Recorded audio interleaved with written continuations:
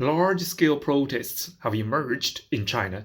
主动了，主动了，开始打压。我操！牛逼啊，兄弟们，真的牛逼啊！ Let's take a look at how people in China are protesting today.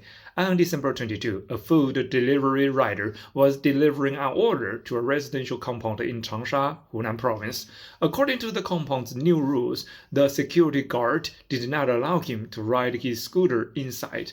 However, the compound is very large, and without a scooter, he would inevitably be late. Moreover, the rule only prohibits delivery riders from riding inside. Others are allowed. The resident who ordered the food demanded that it be delivered to their doors. Otherwise, they would file a complaint, whether for being late or being complained about. The rider would be fined. So he was extremely anxious. At that moment, a resident in the compound saw the argument between the guard and the rider and began verbally abusing and discriminating against the delivery rider. 为什么外卖不能进？是不是把骑手不当人搞？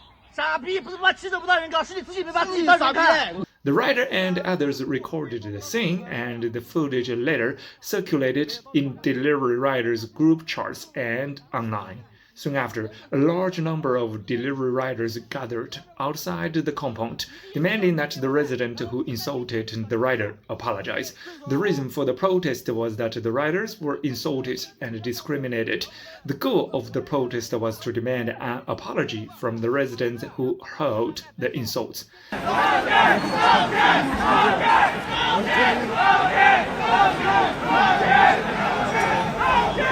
我真服了，我这蛋炒饭超时1个小时的。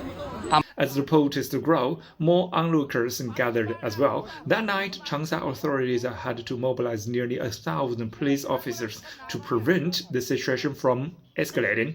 That same evening, the three largest food delivery platforms refused to provide delivery services to the compound in support of the riders' human rights and interests.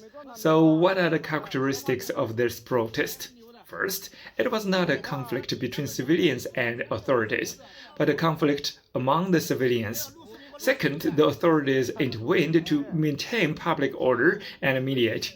Finally, let's look at how the riders acted. Normally, most of them are the road-level citizens. First, they built momentum. Long, continuous honking of horns, constant movement of crowds spreading the word, drawing in more delivery riders and sympathetic citizens, all chanting for an apology. Putting enormous pressure on the compound's residents. Second, they did not carry weapons or escalate into violent confrontation. Otherwise, the police would have turned from helpers into opponents. Finally, they had no core organizer, but with aligned interests. A powerful collective voice naturally formed. After mediation by the Changsha police, a resolution was reached 3 days later. Delivery platforms resumed service to the compound, but riders would only deliver to the main gate, not the doors anymore. Complaints from that compound would not be accepted by the platforms, and residents had to walk downstairs themselves to pick up their food. In this protest, the delivery riders totally won. Aside from the inconvenience to daily life in the compound, its reputation was also badly damaged, and housing prices dropped accordingly. Some homeowners, due to inconvenience or fear of continued price declines, have already begun selling their properties at no prices, and those discriminators will definitely be discriminated by other residents in that compound. We can assume they have to sell their houses and move in the near future. Many people may not realize that Chinese people generally do not protest or revolt, but once we do, organization naturally forms. In this case, it was all just for a single apology.